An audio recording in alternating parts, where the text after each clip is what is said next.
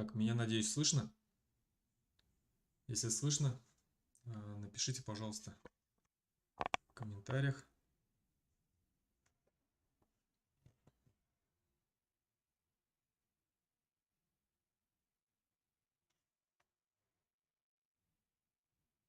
Мгм. Спасибо. Так, ну, сейчас еще несколько секунд и начинаем.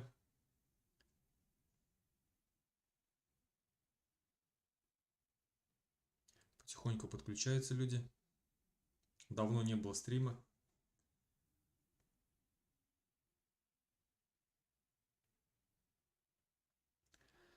Так, ну, начнем, наверное.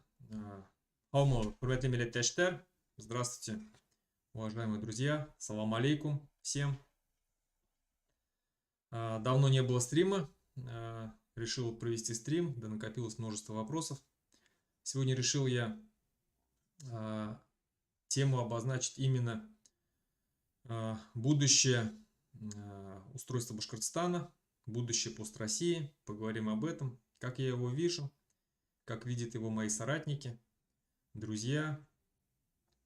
Ну, начну с того, что, как я говорил еще в самом начале, когда началась вот эта вот война, которую сейчас ведет Россия против Украины, в том, что Россия будет обречена. Она сделала ошибку, огромную ошибку, когда начала эту войну.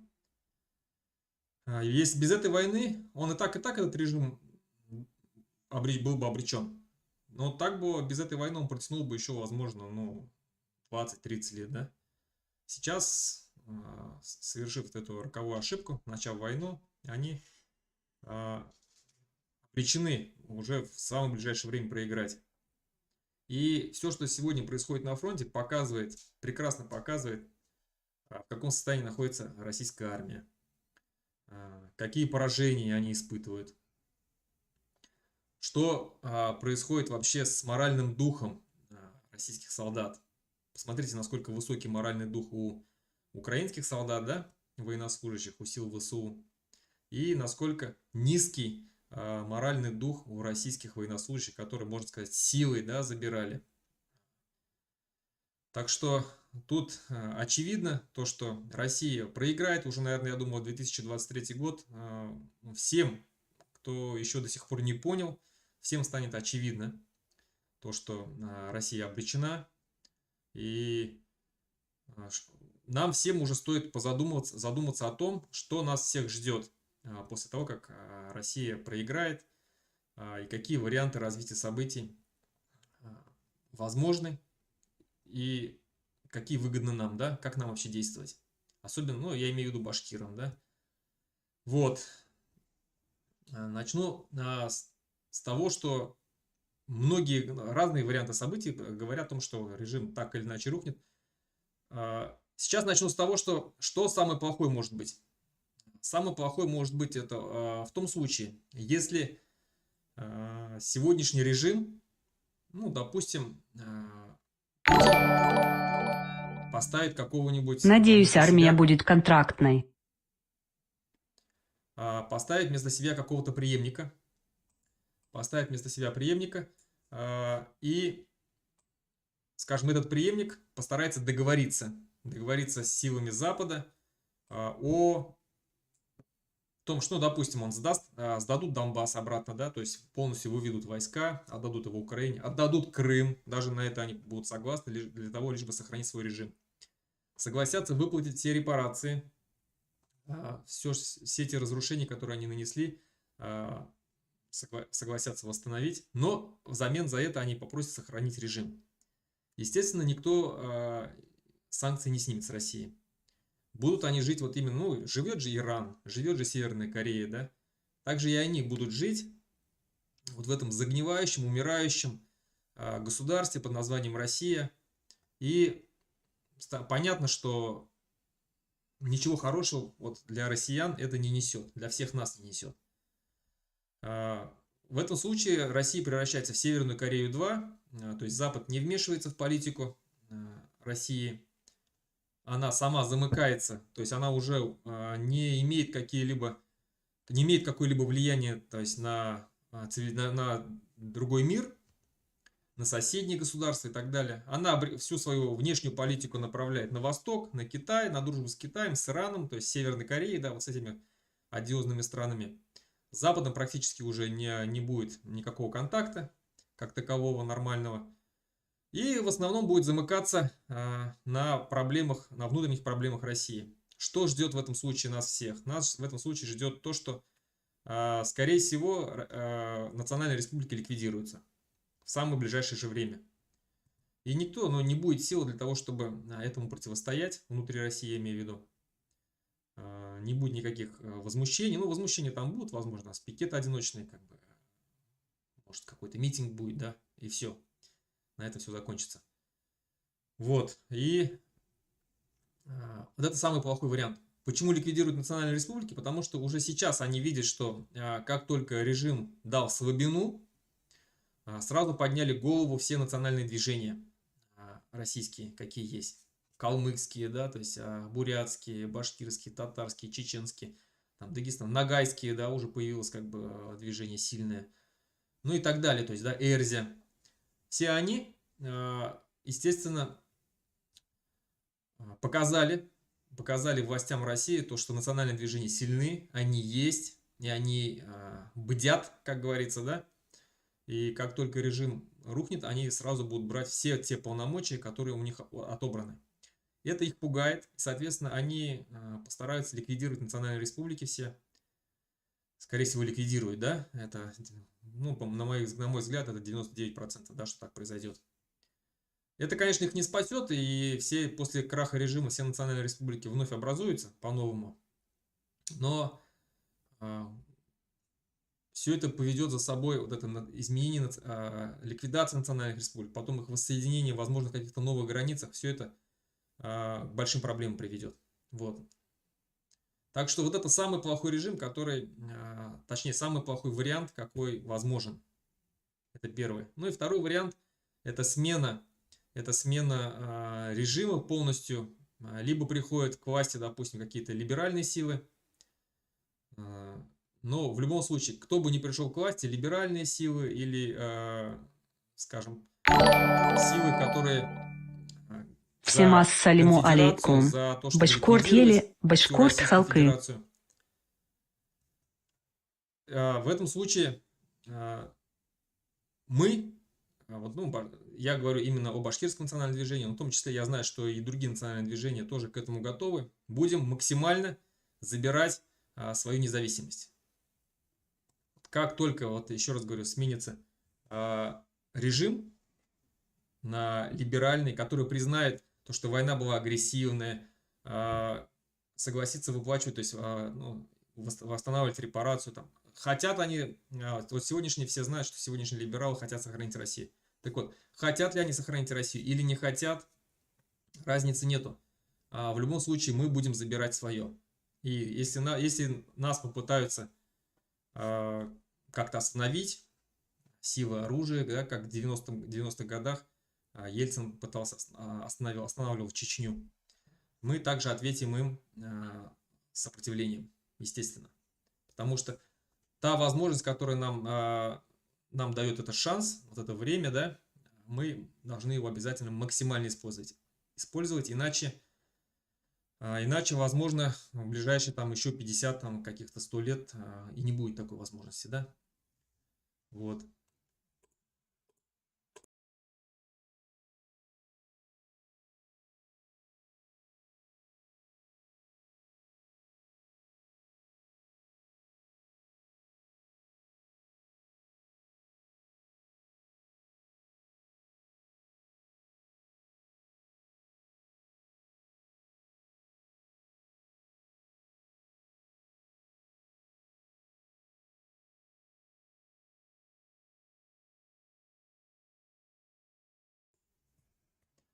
Тут мне отправляют донаты, за что я хочу поблагодарить.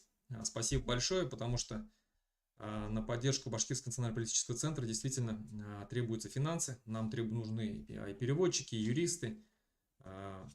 Мы вот сейчас готовимся к съезду. На это финансы нужны. Поэтому всем, кто отправляет донаты, всем большое спасибо. Лишний раз не напоминаю об этом, потому что несколько раз об этом говорил. к сожалению, скажем так, такой большой помощи нет, но все, что есть, все равно спасибо. Итак, продолжим.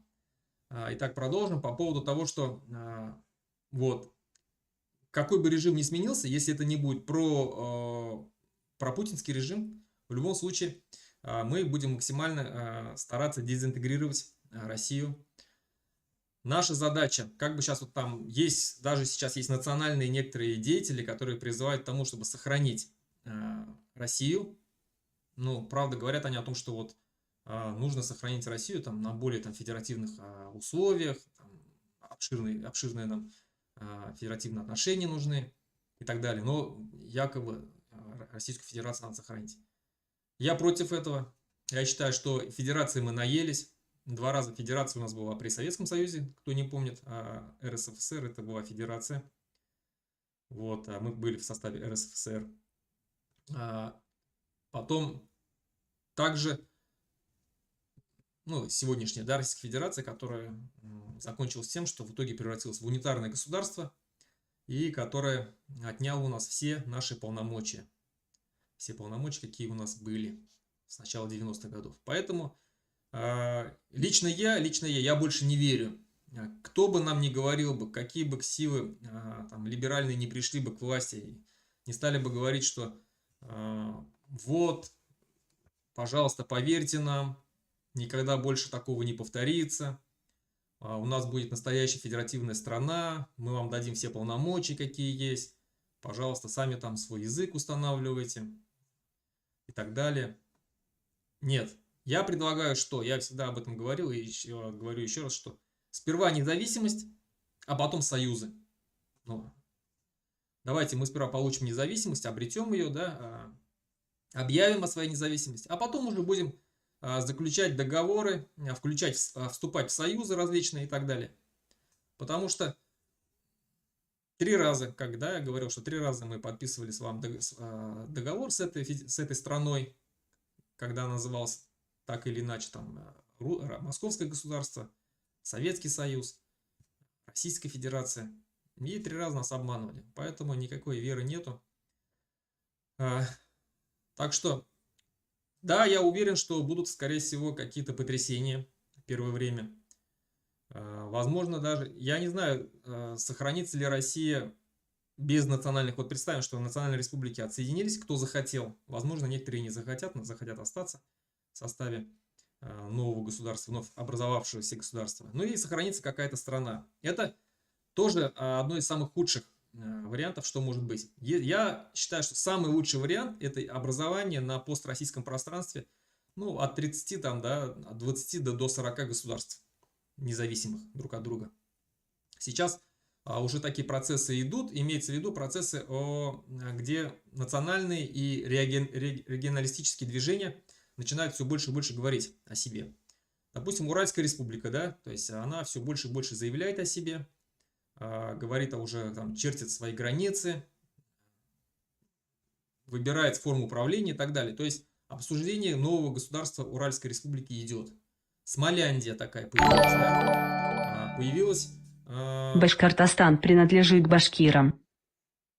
Да, Башкортостан принадлежит башкирам, но не только башкирам, в том числе и всем другим народам, которые проживают на территории Республики Башкортостан на сегодняшний день. Вот. И вот эти регионалистические и национальные движения, они все больше и больше заявляют о себе. И я надеюсь, что в будущем все-таки, да, появятся новые государства, такие как Уральская республика, Сибирская республика, Дальневосточная республика, Московская республика отдельно, Ингерманландия, это сегодняшний Санкт-Петербург и Ленинградская область. Кстати, очень такое успешное регионалистическое движение. Казаки. Есть казаки, которые хотят образовать свою республику. У них, кстати, и была своя республика в начале 17 года, да? Но ее быстро ликвидировали. Ну и плюс национальные республики. Вот и все мы создадим 20-40, от 20 до 40 независимых государств и будем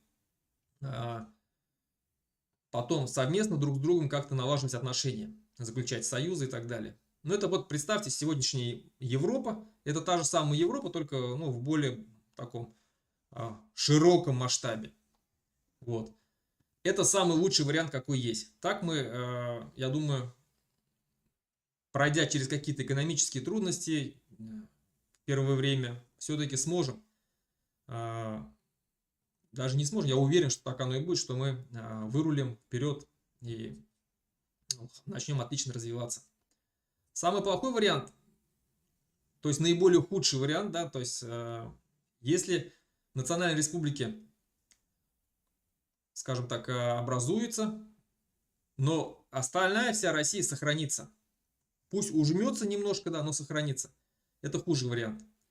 Возможно, там первое время будут действительно какие-то там демократические настроения, там, да, демократическое правление будет, смена там, нормальная смена, нормальные выборы там и так далее, сменяемость власти и так далее. Но большая вероятность того, что, скорее всего, они лет через 10, через 20 вновь превратятся в империю, потому что сам народ останется российским. Вот эта имперскость, которая сидит в сознании россиян, она никуда не денется, потому что они будут точно так же себя чувствовать обладателями большой великой страны. История, я сомневаюсь, что она мало изменится, то есть преподавание той истории мало изменится. Вот. И имперские вот эти настроения, они вновь возобладают. А вслед за ней возобладают и реваншистские настроения. И они вновь обратят уже, в первую очередь, они обратят внимание на кого?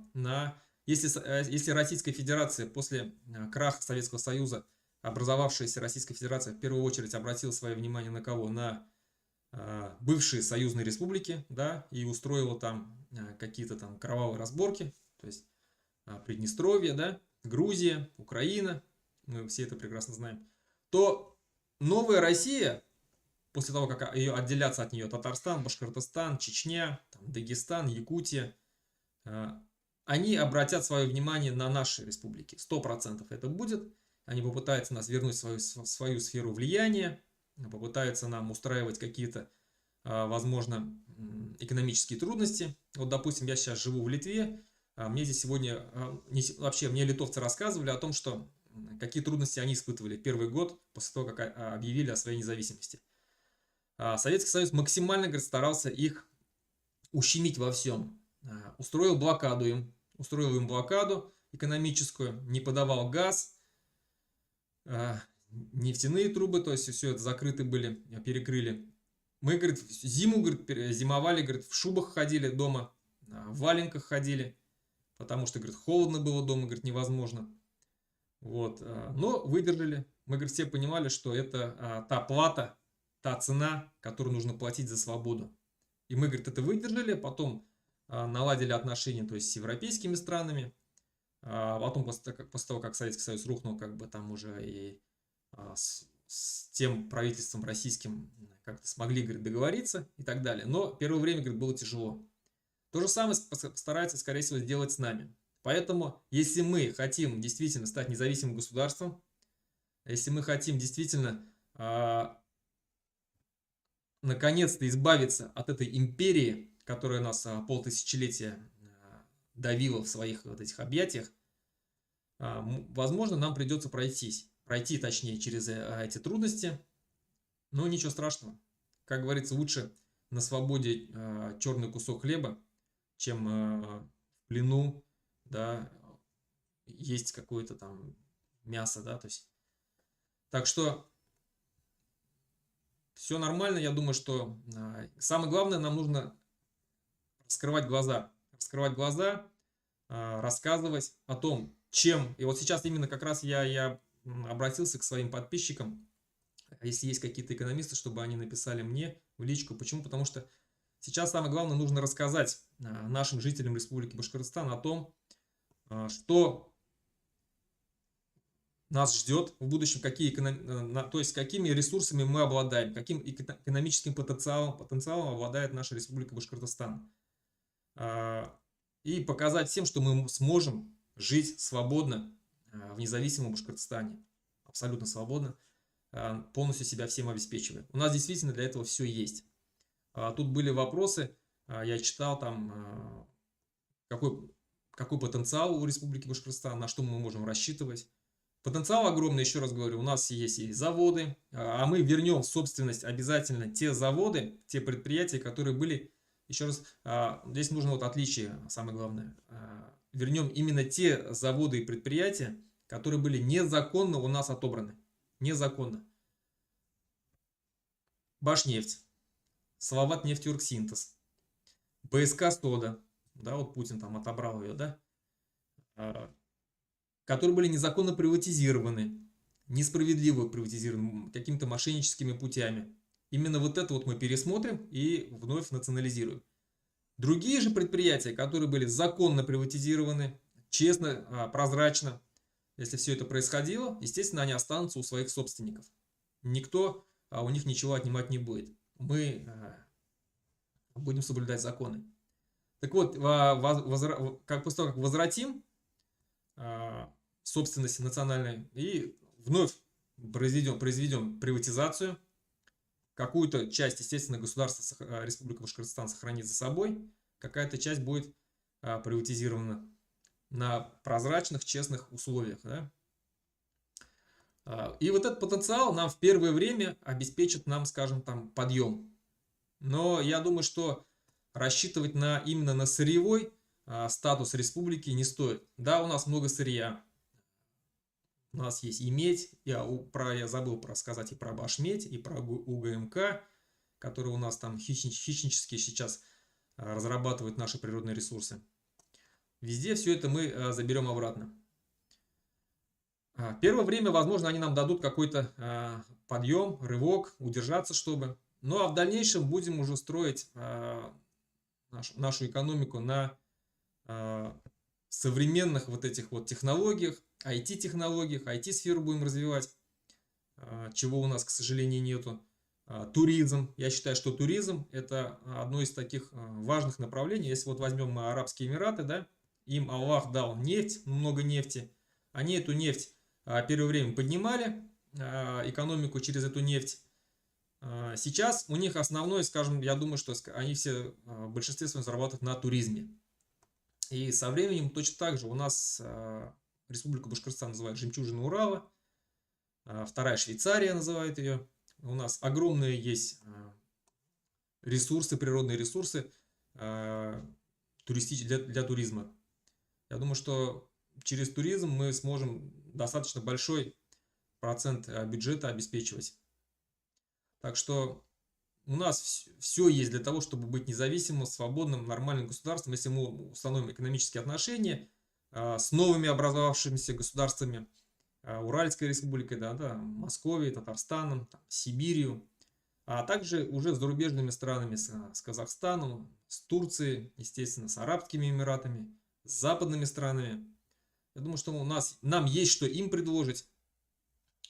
Так что все нормально с этим будет, я думаю. Так что вот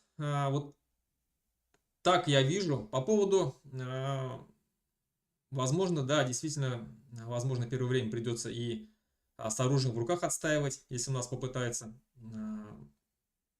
забрать нашу свободу, захватить нас, да, вернуть нас в объятия, как я говорил, да, империя. Но в этом случае придется нам защищать свою республику, свою государственность. Потому что все понимают, что если, еще раз говорю, вернемся мы вновь в эту империю, то у нас вполне возможно просто уже не будет шанса сохраниться как народ. Возможно, мы уже сейчас стоим на пороге, когда, скажем, вот мы если перейдем вот эту черту, и уже мы как народ можем просто не сохраниться. То есть, ну вот обратите внимание на такие народы, как карелы, как хакасы, алтайцы. К сожалению, вот если взять карелов, их, по-моему, там 8 или 9% всего в республике своей. Они практически не знают своего родного языка. Хакасы то же самое. Вот калмыки, да, я с ними сейчас общаюсь. У них очень сильное, да, национальное движение, но, к сожалению, они практически все разговаривают на русском языке. Они будут максимально добиваться своей независимости. Но вот у них проблема действительно в том, что когда их репрессировали, целое поколение выросло в Сибири, где они находились, которое не знало своего языка. Не было национальных школ, ничего. И целое поколение утеряло этот язык. И когда их вернули обратно, то есть уже мало было носителей языка, которые могли бы передавать его. К сожалению, вот у них такая проблема есть. У нас пока еще как-то еще есть вроде бы, да, носители языка, образование какое-то есть на башкирском языке. Но я говорю, что если мы сейчас не воспользуемся вот этим вот шансом, который нам предоставляет в это время, то Аллах нам предоставляет, да, то вполне возможно мы уже тоже перейдем ту черту, когда будет практически невозможно сохранить наш народ, утеря языка и так далее. Теперь, наверное, так, на вопросы сейчас, вопросы поотвечаю.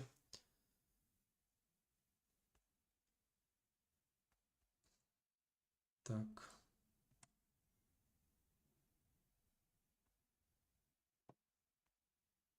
Сейчас, секунду.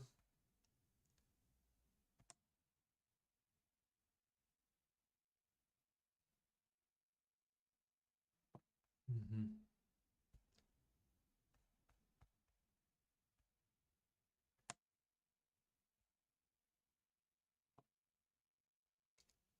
Так, вот какие отрасли промышленности, я ответил на этот вопрос. Да, могут стать основой экономики независимого Башкортостана. Ну, я же говорю, у нас есть нефтеперерабатывающие заводы, нефтехимические заводы, машиностроение очень развито. У нас, ну, я делаю ставку, большую ставку на туризм. Ну, и, естественно, нам надо будет шагать в ногу со временем, развивать IT-технологии. Возможно, если мы покажем стабильность, потенциал, как государство нового, да, то другие страны будут открывать свои производства у нас. Такие как, возможно, выпускать будем какие-то автомобили, да, и так далее, самолеты. У нас для этого, еще раз говорю, все есть. Так, вот, я из Республики Саха, у нас вроде есть госдолг перед Москвой, около 20 миллионов, не помню. Ну, есть ли у Башкортостана такой госдолг? Я вчера посмотрел, действительно у нас есть 20 миллионов, то, что вы написали, скорее всего, это не соответствует действительности, скорее всего, больше. У нас 73 на начало 2022 года, на начало этого года у нас был госдолг 73 миллиарда рублей. То есть, да, понимаете, что мы являемся республикой, которая очень много отдает Москве, у которой выкачивают ресурсы из-за нахождения, да, вот сколько мы республикой являемся, да, как у нас первую башкирскую нефть у нас открыли в Ишимбае, там, в 30-х годах. Уже практически всю нефть у нас выкачали. И вся эта нефть куда ушла? Вся эта нефть ушла в Москву, все эти доходы. Что мы от этого имеем? Ничего, абсолютно ничего не имеем. Мы богаче жить не стали. Жители наши не чувствуют себя на одном уровне с жителями Арабских Эмиратов, да? У нас срыли целую гору Шахтау, красивейшую гору, от которой тоже ничего, вот как я, как житель Ишимбайского района, ничего не видел такого, что мы прям зажили как-то очень богато. С нас выкачивают, с нас имеют, и мы ничего за это не получаем. Еще мало того, мы еще должны. 73 миллиарда, как я сказал. Так что с этой порочной практикой надо заканчивать. Надо начинать жить для себя, а не для Москвы. Так. Русланов в интервью калмыцкой журналистке сказал, что пока особых признаний суверенитета РБ ничего не даст. Но нужно идти в этом направлении, и он, наоборот, даст снятие санкций с предприятий промышленного производства, находящихся в республике. Нужно только заявку сделать.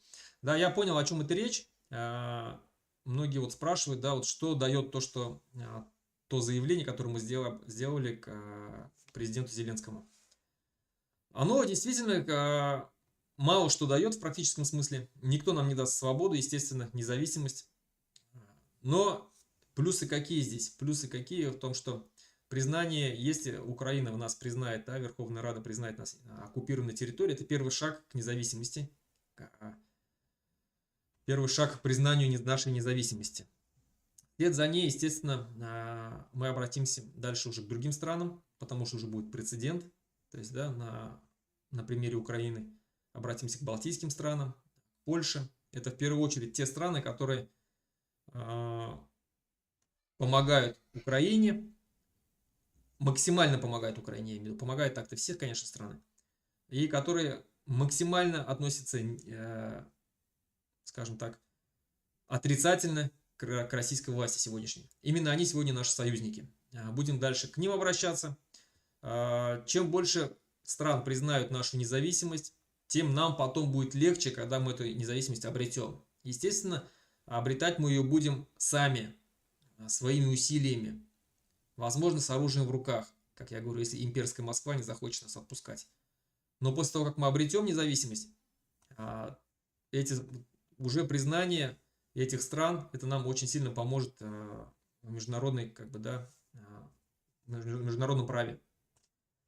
Так что мы правильно делаем, что обращаемся, скажем так, к Украине. Так, Руслан, что будет с имуществом Роснефти, Лукойла и других компаний? Я уже только что ответил на этот вопрос. Я сказал, что мы, те предприятия, которые были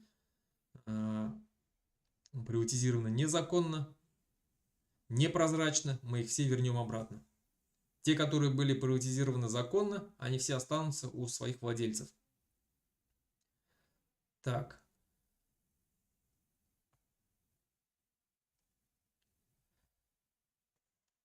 Границы РБ и Республики Татарстан искусственные, созданные имперцами для разделения и разжигания территориальных споров на перспективу следующих поколений двух самых близких народов. Ваше отношение к укрупнению Республики Татарстан за счет северо-запада РБ, есть ли такие территории, населенные преимущественно Башкиром, Оренбургской, Челябинской и так далее областях?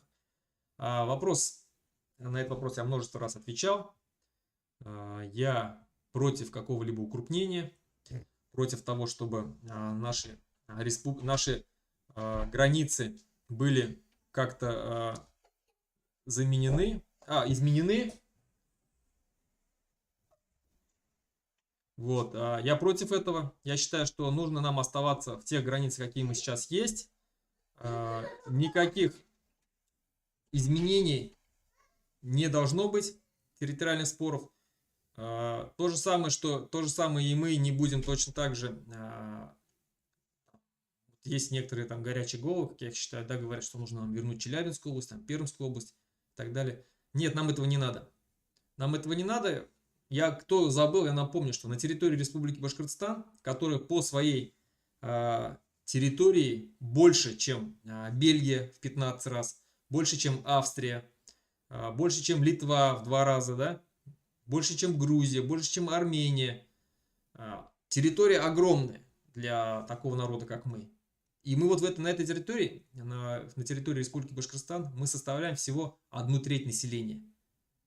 И когда кто-то нам говорит там о историческом Башкортостане, да, давайте вернем все эти земли, эти все земли наши, но мы на своей территории 1/3 составляем. Вот представьте, еще прибавим Челябинскую область, представьте, прибавим еще Пермскую область, там, Курганскую область, Оренбургскую область. И что? Сколько нас там процентов будет? И кто там будет тогда главный? Вот, ну, просто логически подумайте. Нас там будет меньше 10%, 8-9%, и 90% будут русские, да? И как вы вообще это собираетесь как-то что-то там доказывать, да? То есть пытаться как-то отстаивать свои права? Это все ерунда. Поэтому никаких территориальных споров, я думаю, что это нужно об этом все забыть. Я думаю, что у Татарстана будет у самих большие главные проблемы внутри своей республики, потому что у них население 50/50 составляет русские и татары. Ну, кто-то сейчас начнет спорить, что там татар 50 с лишним, там русских 39. На самом деле точную перепись никто не знает, как было, да? Если нам говорят, что вы в Башкирии там фальсифицируете, в чем, возможно, так и есть, то кто дает гарантию, что не было фальсифицировано в Татарстане перепись? Вот. Но это ладно, это, скажем, ни о чем спор. Я к тому, что многие западные районы Татарстана населены русскими. Там, где и 80% проживает русских, и 60% русских проживает. И у них точно так же будут попытки сепарации, да, я думаю, что им в первую очередь над этим надо будет задуматься, а потом уже только обращать внимание там, да, на другие территории.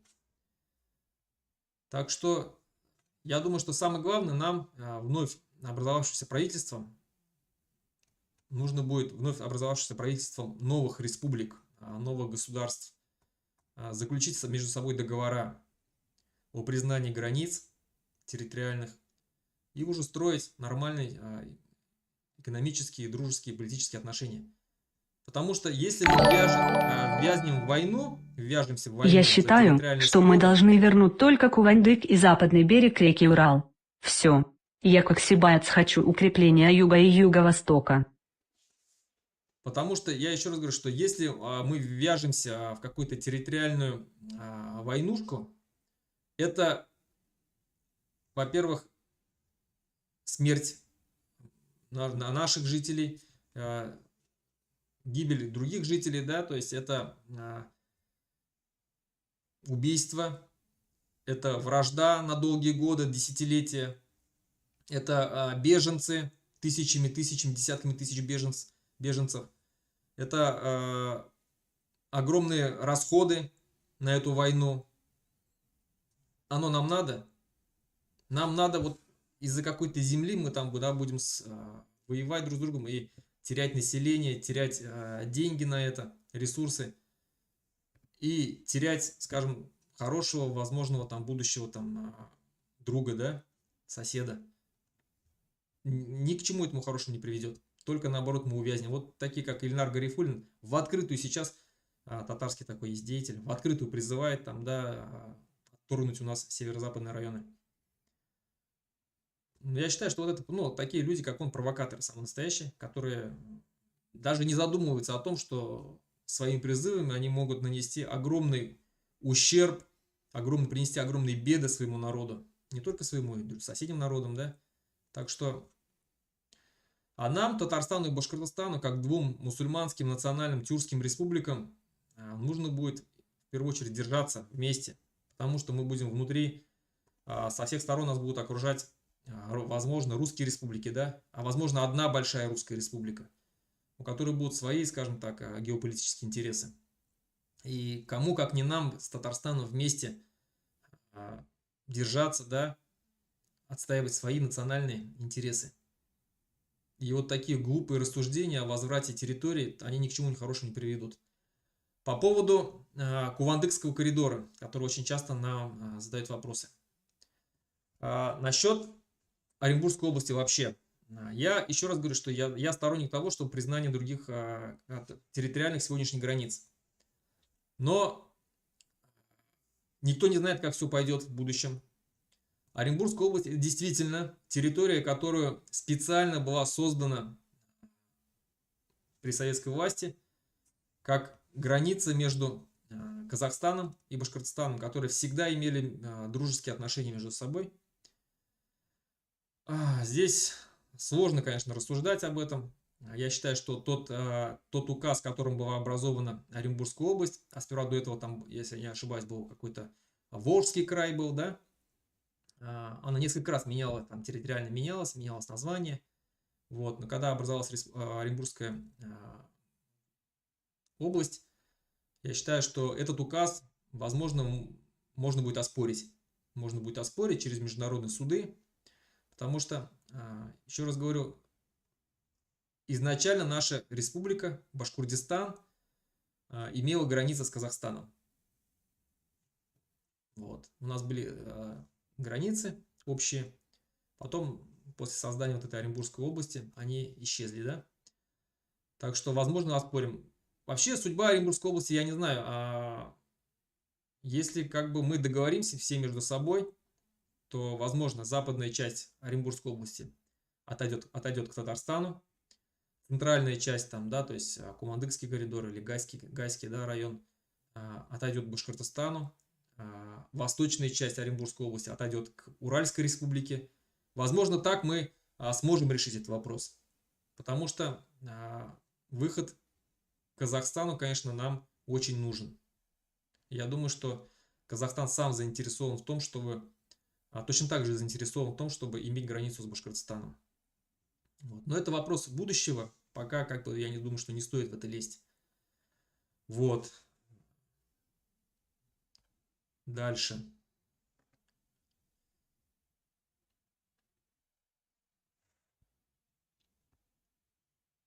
Вопрос, когда уже?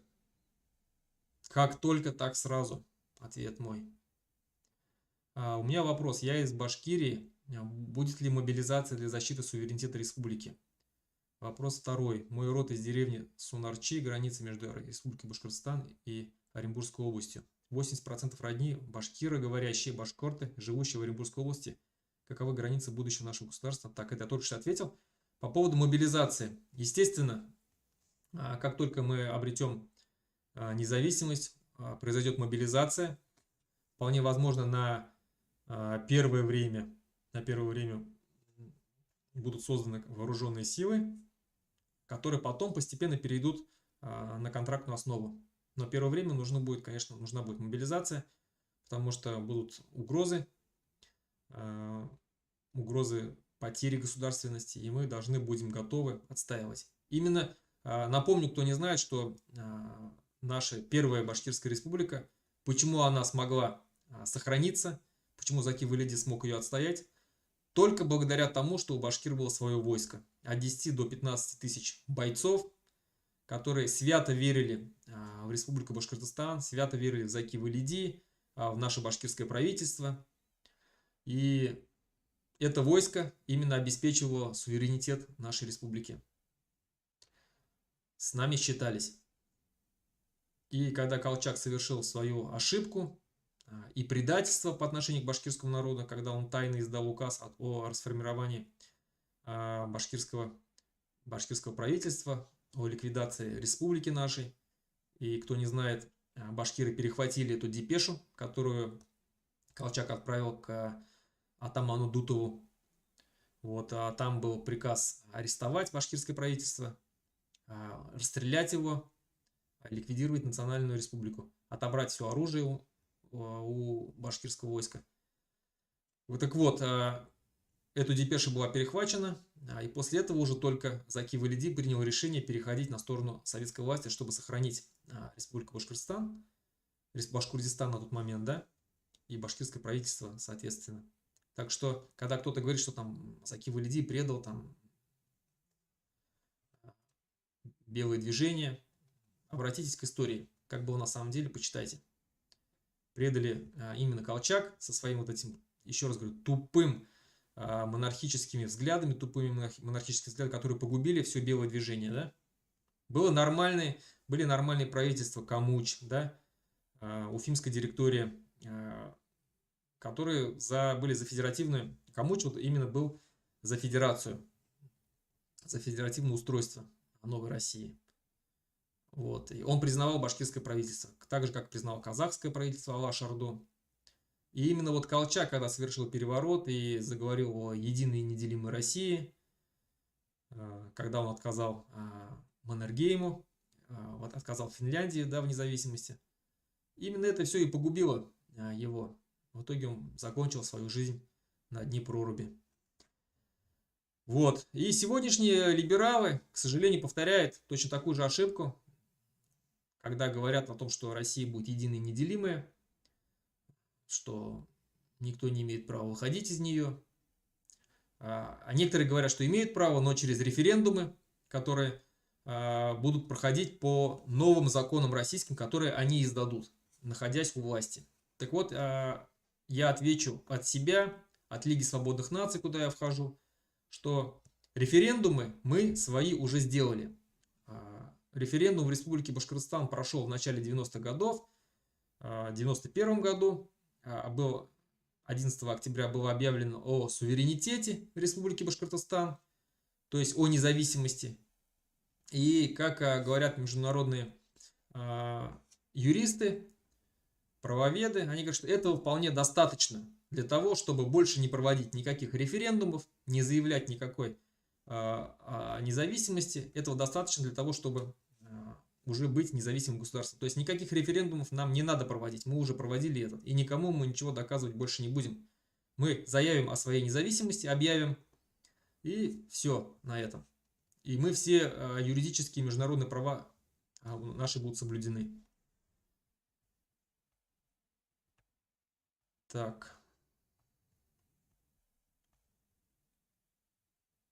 Ходят слухи о том, что после новогодних праздников в России объявят общую мобилизацию. Как думаете, какая Руслан, вероятность? скажи, что нам сейчас нужно делать?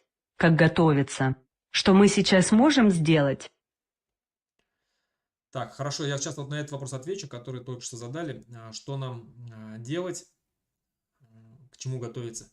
В первую очередь, я всех призываю к тому, чтобы вы начали разговаривать со своими родными и близкими, особенно с молодежью, потому что вся надежда на молодежь. Объяснять им о том, что крах этого режима в любом случае произойдет. Держаться за старое не нужно. Ничего пока хорошего, ничего хорошего мы так и не увидели от этого государства, от этого режима. Мало того, что они с нас все выкачивают, запрещают наш язык, нашу культуру, так они еще отправляют наших ребят на смерть. Так вот, объясняйте им, что скоро будут большие изменения, и что мы все должны встать на защиту своего... Мы будем объявлять о своей независимости. Мы будем бороться за свою независимость, если это придется. И все вот эти вот люди, кто сейчас еще сомневается, они должны понимать, что изменения неотвратимы, сохранение этого режима невозможно. И наша задача, пока нам Аллах дает такой шанс, максимально использовать его для своей независимости. Пусть люди не боятся слова независимость. Да, страшно для кого-то. Многие не понимают еще до сих пор. Объясняйте им, что такое независимость, что она нам даст. Что мы будем сами себе хозяева на своей земле. Мы весь многонациональный народ Республики Башкортостан. Никто здесь не будет никого угнетать по национальному признаку. Пусть русские, татары, чуваши, марийцы и другие народы не боятся. Никто здесь не будет устраивать никакого геноцида. Никто никого гнать не будет. Если Республика Башкортостан для тебя родина, если ты собираешься с ней связывать свою жизнь, жизнь своих потомков, какое-то будущее собираешься для своих детей здесь обретать, это твоя точно такая же родина. Никто не собирается здесь никуда гнать.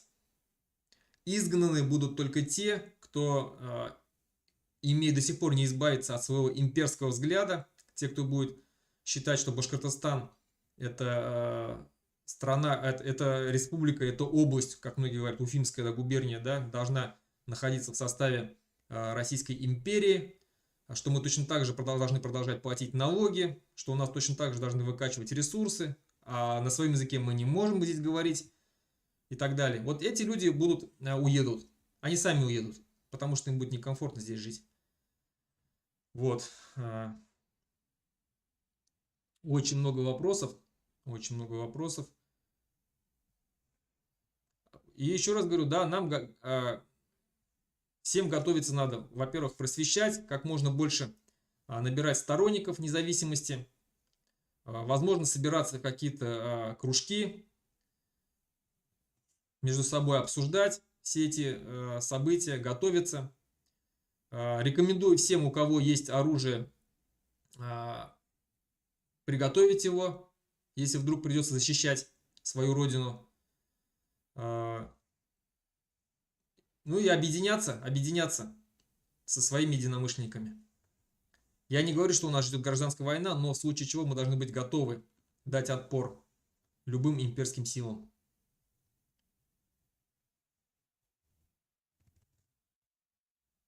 Так, у меня такой вопрос. Как быть русским, которые родились в Башкортостане, считают его своим домом, полностью за суверенитет и против власти Москвы и их пособников? Как им быть? Я только что как раз ответил на этот вопрос. Им не надо никак быть. Они живут на своей родине. Республика Башкортостан станет для них, является, если для них родиной, она и будет также для них родиной, для их детей, для их внуков и так далее. Если они поддерживают независимость Башкортостана, то это наши люди. Если все вместе мы построим будущее государство, независимое государство, республика, процветающее государство, Республика Башкортостан.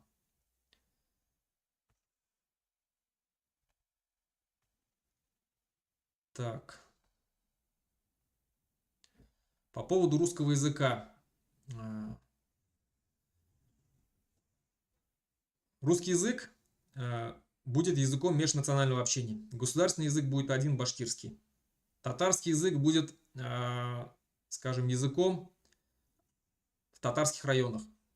Преподавание будет полностью на татарском языке.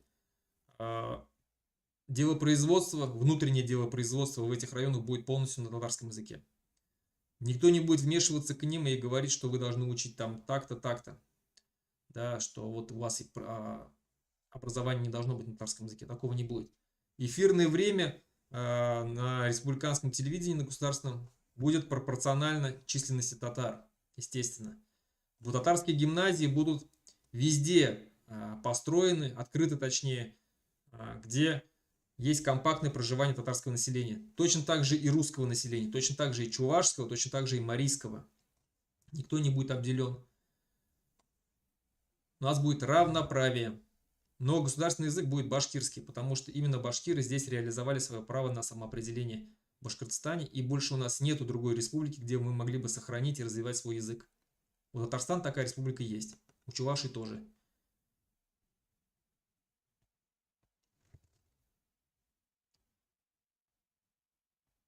Так.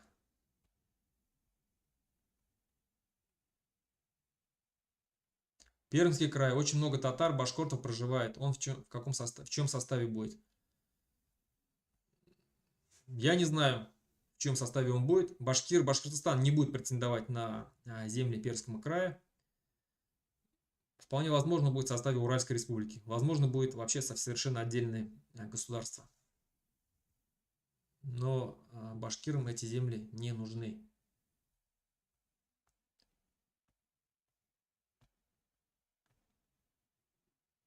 Так, вопрос. Как башкирам или татарам из Башкортостана вступить в движение проекта БНПЦ? В чем нужна помощь, чем помочь?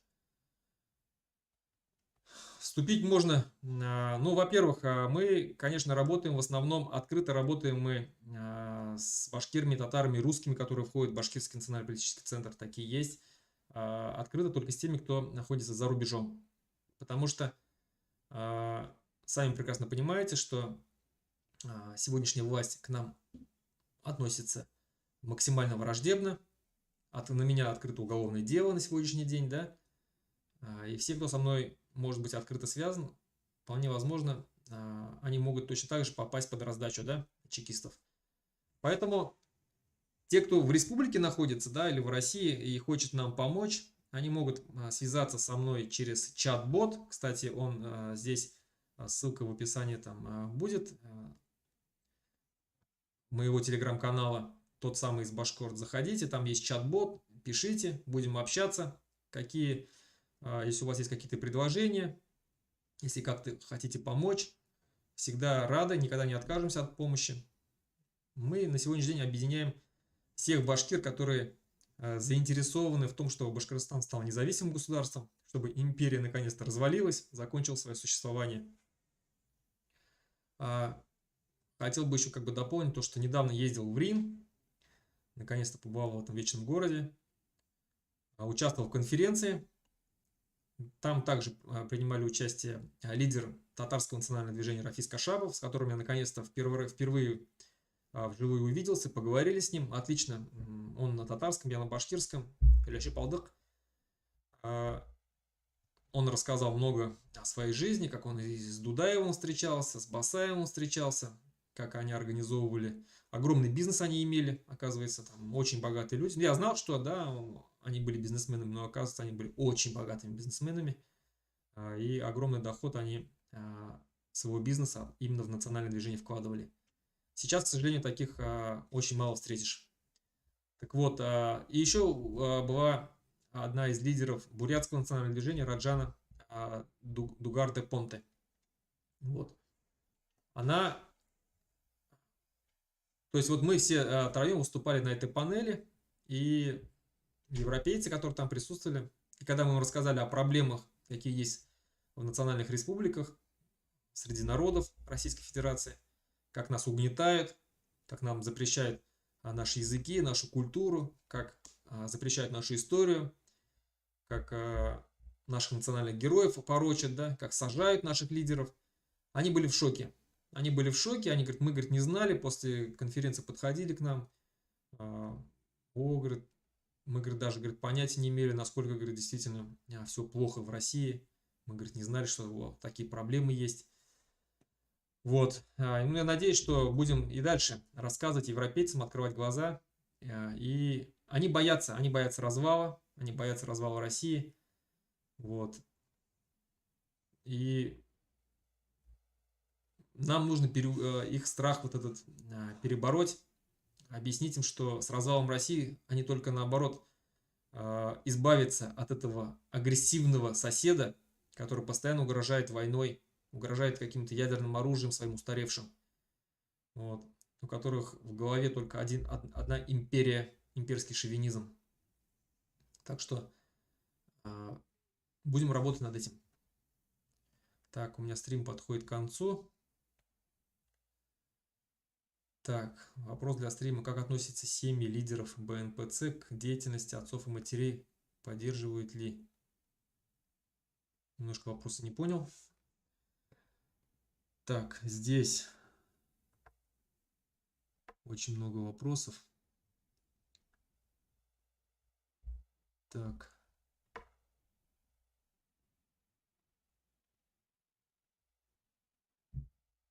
Как можно получить политическое убежище, нахожусь не на территории Российской Федерации? Но если вы находитесь в той стране, где не дают политическое убежище, или это небезопасная страна, надо как-то постараться выбраться в безопасную страну, ну и подаваться, если есть действительно кейс соответствующий, если вы действительно преследуетесь, если участвовали в протестных акциях и так далее. Надо, я думаю, что сейчас несложно, наверное, получить убежище, потому что, ну, я знаю, что многим дают, если действительно есть за что получить. Так.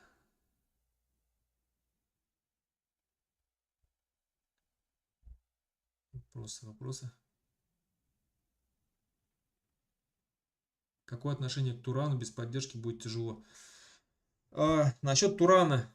Я больше, наверное, смотрю с симпатией к вновь образовавшемуся Тюркскому союзу, который вот сейчас активно набирает обороты, да, активно развивается. Сейчас даже язык общий, да, развивают они. Так что вот я больше к ним. И я думаю, что как только Республика Башкортостан получит свою независимость, и Татарстан, и Чувашия, я думаю, что и Якутия, я думаю, что мы все войдем в этот Тюркский союз государств. Будем вместе сотрудничать. Я положительно смотрю. Так. Какова будет судьба завода смерти Карнашпан? Я за Карнашпан считаю, что очень вредным его производство,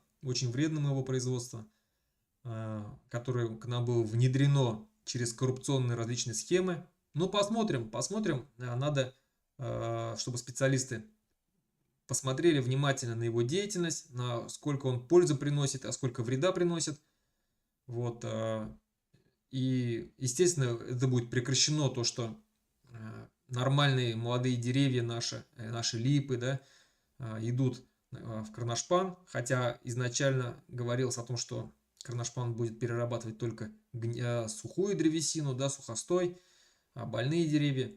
Но, как мы видим, это не происходит. Они готовы скупать, платят деньги за нормальную, хорошую древесину. И люди вырубают гектарами, десятками гектаров и везут в Карнашпан. Я думаю, что мы этому положим конец обязательно. Так. Где взять инструменты, беспилотники с инструментами кто отправит? Так. Здравствуйте, Руслан. Как по-вашему, ухудшится ли отношение к небашкирскому и нетатарскому населению в республике? Ведется ли что-нибудь вроде джизья или дифференциации прав населения? Спасибо. Я ответил на этот вопрос. Правительство Башкортостана, во-первых, будет не башкирское правительство, не состоящее не только из этнических башкир. Оно будет состоять из профессионалов, каждый в своей отрасли. Если это будет министр сельского хозяйства, это будет профессионал. Если это будет министр экономики, это будет профессионал. А профессионалы не зависят от национальности. Это могут быть и башкир, и татар, это может быть и грузин, это может быть и русский, и немец, и англичанин, и казах, если они приедут, если они готовы будут работать на благо Республики Башкортостан, пожалуйста. Естественно, наши кадры постараемся максимально учесть, сперва все наши кадры, которые компетентны в своих направлениях. Если не будет таких, будем приглашать из-за рубежа. Ничего в этом стыдного, я считаю, что нету. Нужно учиться, потому что мы действительно на сегодняшний день обычная колония, которая привыкла к тому, что ею управляют из Москвы. Из Москвы, из этого вот имперского центра. Мы должны научиться сами управлять своей республикой. И если надо будет учиться, будем учиться у профессионалов. Так. Считаете ли вы, что наши предки ошиблись, что не завоевывали земли? Ну, о какой ошибке может быть идти речь, если еще раз говорю, что исторический Башкортостан, который на сегодняшний день располагается на многих областях, во многих областях сегодняшней России, это и Челябинская область, и Оренбургская область, часть Свердловской области, часть Пермской области, часть Татарстана, часть там, Саратовской области, часть Самарской области, да, часть Курганской области. Огромные земли. И даже сейчас, когда Республика Башкортостан, то есть намного меньше, да, территории исторического Башкортостана, даже в своей этой территории мы являемся 1/3, 1/3 населения. О каких завоеваниях вообще может идти речь? Хорошо, что не стали завоевывать, а возможно, что вообще бы нас просто мы ассимилировались бы в тех новых завоеванных землях. Так.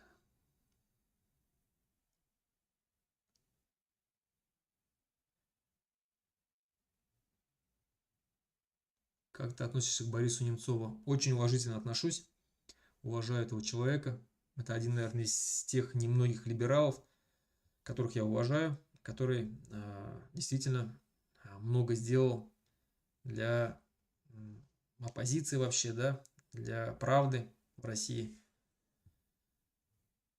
И, возможно, мы, если народ будет не против, обязательно поставим ему памятник в Республике Башкортостан. Так. Удается ли вам налаживать взаимоотношения с башкирскими диаспорами в Восточной Европе или тюркских государствах? К сожалению, да, вот по поводу диаспор хочется сказать, что есть диаспоры там в Эстонии, в Турции.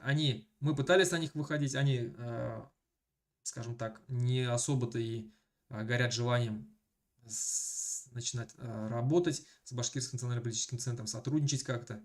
А почему? Я отвечу почему. Потому что многие диаспоры в Казахстане особенно, да, все они зависимы от башкирской власти Республики Башкортостан, да, от России. Они получают от них какие-то там гранты, какие-то там дотации. Многие из них ездят сегодня в Республику Башкортостан. Поэтому они все не хотят портить отношения. Они молчат скажем так, о своем отношении к тому, что сейчас творит Россия в Украине, да, но по отношению к войне. Молчат, не высказываются, но и не осуждают Россию. И вот эта двойная политика их, двойных стандартов, она ни к чему хорошему не приведет. Когда этот режим рухнет рано или поздно, все они там будут заменены. Все они там будут заменены, вот этих, все руководство, да, вот этих вот диаспор, которые сегодня, можно сказать, молчаливо поддерживают российскую власть. Вот. Потому даже вот такой пример был, когда Эрзи, национальное движение Эрзи проводило свой съезд в Эстонии. В Эстонии очень сильная, ну, есть организация Эрзи, эрзянская. Они не пришли на этот съезд. Представляете, да? То есть это вот если бы мы, башкиры, проводили бы в Турции и съезд свой, и башкирская диаспора, находящаяся в Турции, не пришла бы к нам на съезд, проигнорировала бы. Ну, вот. А почему? Потому что А почему проигнорировала Ирзянская, да, эта организация? Потому что они зависимы от мнения российских властей. Они боятся. Находясь в чужом государстве, да, то есть в независимом государстве, которое ведет антироссийскую, скажем, политику, все равно они боятся. Так что, ну, вот так вот. Так, ну, все, время у меня подходит к концу. Надеюсь, что стрим понравился. Спасибо большое. Так, тут еще мне говорят, что есть вопросы. Сейчас еще вот здесь посмотрю.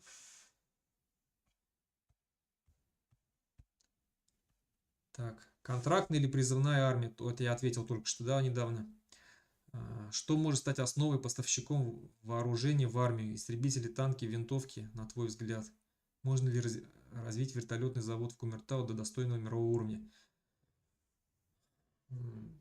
Я думаю, что вот насчет этого, кто может стать поставщиком, ну, в первую очередь, я все-таки надеюсь на то, что любые страны, которые будут поддерживать наше независимое государство молодое, любой из них может стать.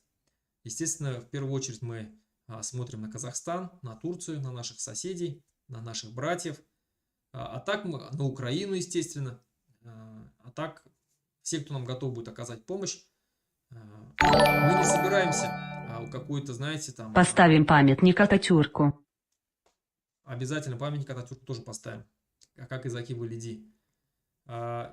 И еще раз говорю, что мы не собираемся строить какую-то там милитаристическую республику, да, то есть вооружаться там. Да, у нас будет армия, но именно такая армия, которая будет способна защитить себя. Все.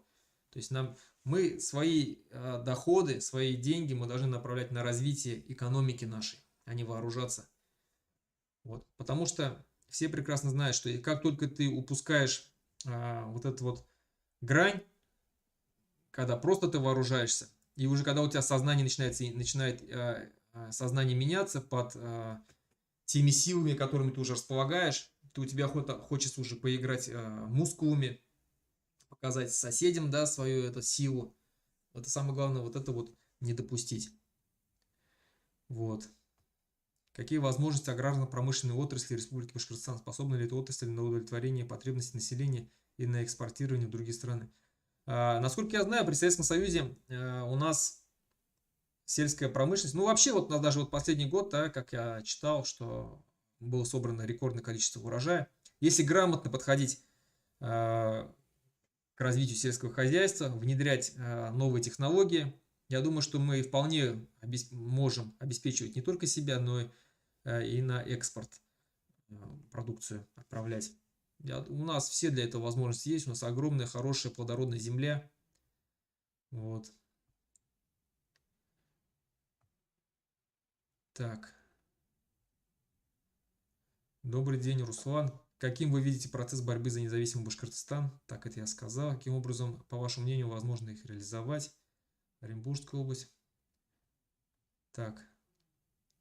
Если новой властью России и Москвы будет предложено федеративное устройство, Башкортостан не будет рассматривать его, только свое независимое государство. И каким образом будет учитываться воля населения, проживающего на территории Республики Башкортостан? Я ответил уже на этот вопрос, что мы сперва обретем независимость, потом уже как независимое государство будем... Вопрос. Стоит ли переносить столицу на юг? В целях осуществления национальной безопасности, ведь на юге живет больше башкир. Можно создать новую столицу, как турки создали Анкару. Можем создать Аркаим. Так, вот, сперва отвечу на вопрос по поводу федеративного устройства. Я еще раз говорю, что сперва независимость, потом любые союзы. По-другому никак. Нам не нужно, чтобы нас затащили обратно обманными путями федеративное государство и пытались там, и потом вновь у нас все отобрали, все, что есть. Вот это хороший вопрос по поводу переноса столицы. Я действительно часто в последнее время задумываюсь о том, что нам, скорее всего, наверное, надо будет перенести столицу южнее. Где она будет располагаться, не знаю пока еще. Но как вариант перенесения столицы, это очень хороший вариант. Это, во-первых, развитие новой территории на территории Республики Башкортостан. Это даст толчок к развитию экономики. Ну и если мы будем развивать наши отношения с Казахстаном, Ну и вообще это безопаснее, конечно. Это безопаснее стратегически, потому что Уфа находится очень близко от Челябинской области. Там через Иглинский район уже все Челябинская область ведет. Вот это вот этот врез точнее, да, который в нашу республику Башкортостан вклинивается, он очень опасный, если в случае, если начнутся какие-то вооруженные, если Россия останется сохраниться и будет агрессивно к нам настроена, это очень опасно. Поэтому действительно столицу лучше перенести. Лучше перенести на новое место и заново отстраивать. Огромное количество стран именно сделали так, избавлялись от своего прошлого.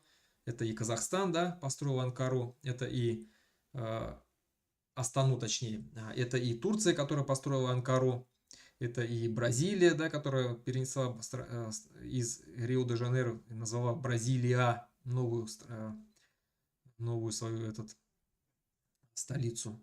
Ну, в общем, много стран, которые так сделали. Я считаю, что мы, возможно, так же и сделаем. Но это, конечно, все это нужно обсуждать и хорошенько думать об этом. Так. Каким должен быть лидер нового Башкортостана и каким образом кто-то может провозгласить себя представителем от Башкортостана? Каким должен быть лидер? Ну, естественно, он беззаветно должен быть предан идее независимости Башкортостана, потому что проимперски настроенные люди, я считаю, что не должны руководить Республикой Башкортостан, но это мое личное мнение. Вот многие говорят, что Лилия Чанышева достойна стать президентом Башкортостана. Возможно, достойна, но я считаю, что ее политические взгляды, она, скажем так, да, сторонник Навального, они за сохранение империи. Поэтому она будет делать все для того, чтобы Республика Башкортостан осталась в составе этой империи, этой России. Так что я против того, чтобы она была президентом Республики Башкортостан. Она нас вновь затащит в эту страну. Она выступала против того, чтобы башкирский язык был обязательным для изучения. Кто не помнит, Навальный, когда приезжал сюда в Уфу, он говорил о том, что он противник договорных отношений между Республикой Башкортостан и Российской Федерацией. Он против договоров. Так что Лилия Чанышева, она, скажем так, сторонник Навального, соответственно, она будет думать точно так же. И я считаю, что вот должны люди быть именно те, управлять республикой, кто настроен на создание независимого государства. Вот. Так.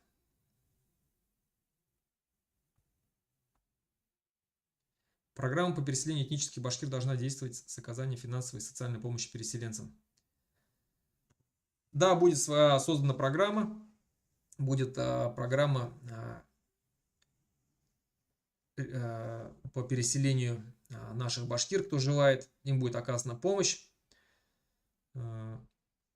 Репатриации, да. Оказана максимальная помощь в трудоустройстве. Какие-то, наверное, финансы будут им представлены для того, чтобы... Я буду премьер-министром Башкортостана, иншаллах. У нас будет парламентская республика и иншаллах. У нас была, я помню, в 90-х, начало 2000-х годов такая программа под названием «Башкиры», которая должна была помогать переселяться башкирам в Республику Башкортостан, но, к сожалению, она не работала должным образом. И в этот раз я думаю, что действительно программа будет максимально направлена на то, чтобы как можно больше башкир переехало в Республику Башкортостан, чтобы они здесь жили на своей родине. Да? Ну, я думаю, что на этом стоит заканчивать. Уже все здесь, как бы, вопросы закончены. Спасибо большое всем за то, что меня слушали. Распространяйте мои видео, подписывайтесь на мои телеграм-каналы, на мой YouTube канал, предлагайте другим, рассказывайте, еще раз говорю, о независимости. Говорите всем, что независимость это наша мечта, наши предки за нее боролись, и мы рано или поздно обретем ее. Ничего страшного в независимости нету. Когда кто-то говорит, что мы там попадем под власть Америки или Китая, объясните им, что мы на сегодняшний день находимся под властью России.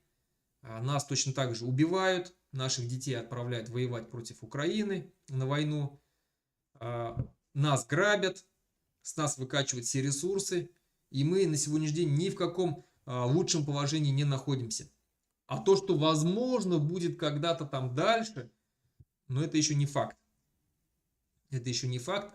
И кто сомневается, там вот Америка, да, то есть посмотрите на страны, с кем дружит Америка, которые с помощью нее обрели независимость и стали процветающими государствами, и те страны, которые дружили с Советским Союзом там, или Россией, да, и в каком положении находятся они. То есть берем Северная Корея, Южная Корея, да, Южная Корея с Америкой дружила, Северная Корея с Советским Союзом. Кто в каком состоянии сейчас экономическом находится, всем прекрасно видно, наверное, объяснять не надо. В каком положении находится Япония, которая дружила с Америкой. В каком положении находится Венесуэла, которая дружила, или Куба, которая дружила с Советским Союзом. Всем, я думаю, что всем все понятно. Так что я ничего не вижу страшного в том, что если мы будем дружить с Америкой, естественно, мы будем соблюдать свои интересы, политические, национальные. Но от того, что мы будем дружить с одним из самых сильных государств мира, я думаю, что от этого нам будет только плюс. На этом все. Хаубулы, хурметли, милләттәштәр. На этом до свидания. Хаубулы.